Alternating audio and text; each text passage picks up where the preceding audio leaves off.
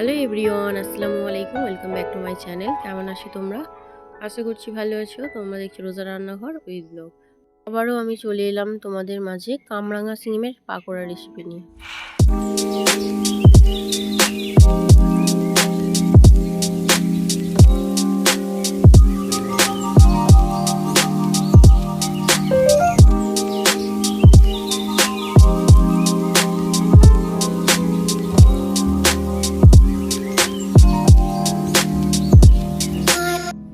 এখানে আমি কামরাঙা সিম নিয়ে নিয়েছি। তো আজকে সিমের পাকোড়া করব, তার জন্য এখানে যা যা মশলা লাগছে এদিকে দেখো। এখানে আছে নুন, হলুদ গুঁড়ো, লঙ্কা গুঁড়ো, জিরে গুঁড়ো, ধনে গুঁড়ো, অল্প একটু বেকিং সোডা, নিয়েছি আদা।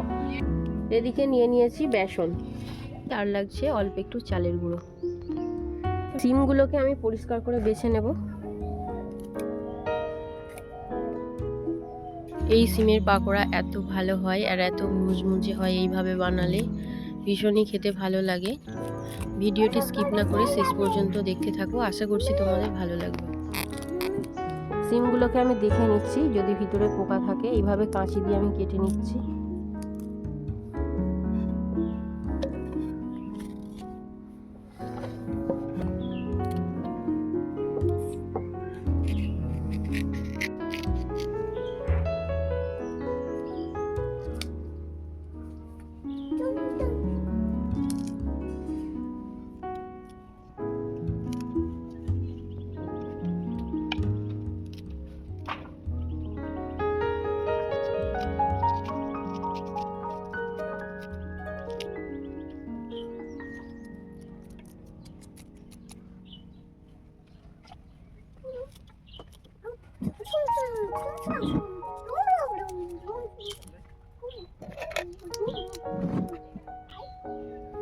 সিমগুলো সব বাছা হয়ে গিয়েছে। এবারে বেসনের ব্যাটারটা বানিয়ে নেব। বেসনটা নিয়ে নিয়েছি, এবারে দিয়ে দিচ্ছি চালের গুঁড়ো, স্বাদ মতো নুন, কালা জিরে, হলুদ গুঁড়ো, লঙ্কা গুঁড়ো, জিরে গুঁড়ো, ধনে গুঁড়ো, আদা বাটা, আর দিয়ে দিচ্ছি অল্প একটু বেকিং সোডা। জল দিয়ে এবারে ব্যাটারটা রেডি করে নেব।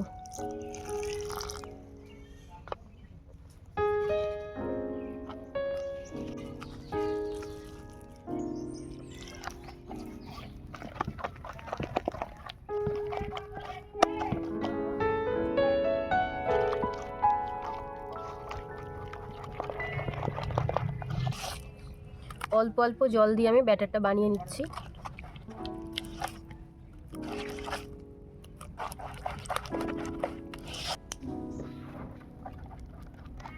ব্যাটারটা আমার রেডি হয়ে গিয়েছে। দেখো ঘনত্বটা আমি এরকম রেখেছি।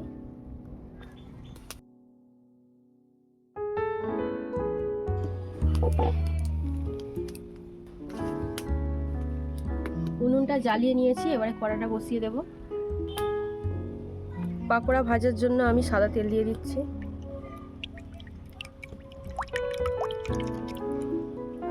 এবারে পাকোড়াগুলো ভেজে নেব। শিমগুলোকে ভালোভাবে আমি ব্যাটারের মধ্যে কোট করে নিচ্ছি। তেলটা গরম হয়ে গিয়েছে, এবারে পাকোড়াগুলো ভেজে নেব।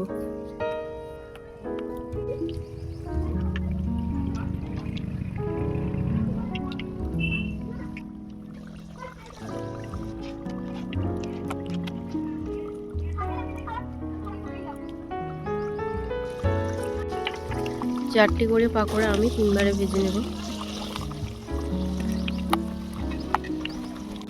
পাকোড়াগুলোকে আমি ভালো করে মুচমুচে করে ভেজে নিয়েছি, এবারে তুলে নেব।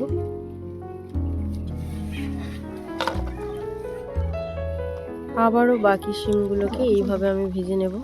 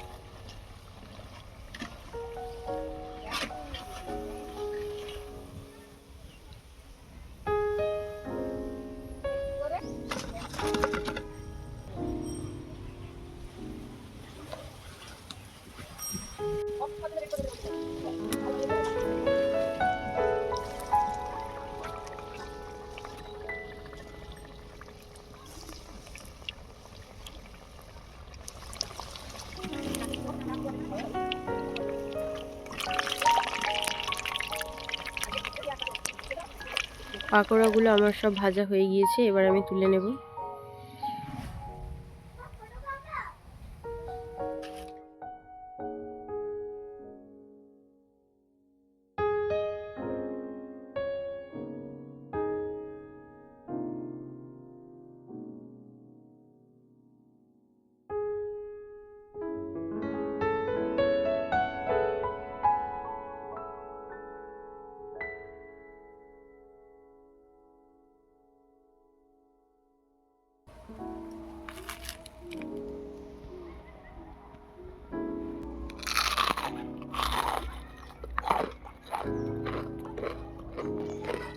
দারুণ হয়েছে, দারুণ।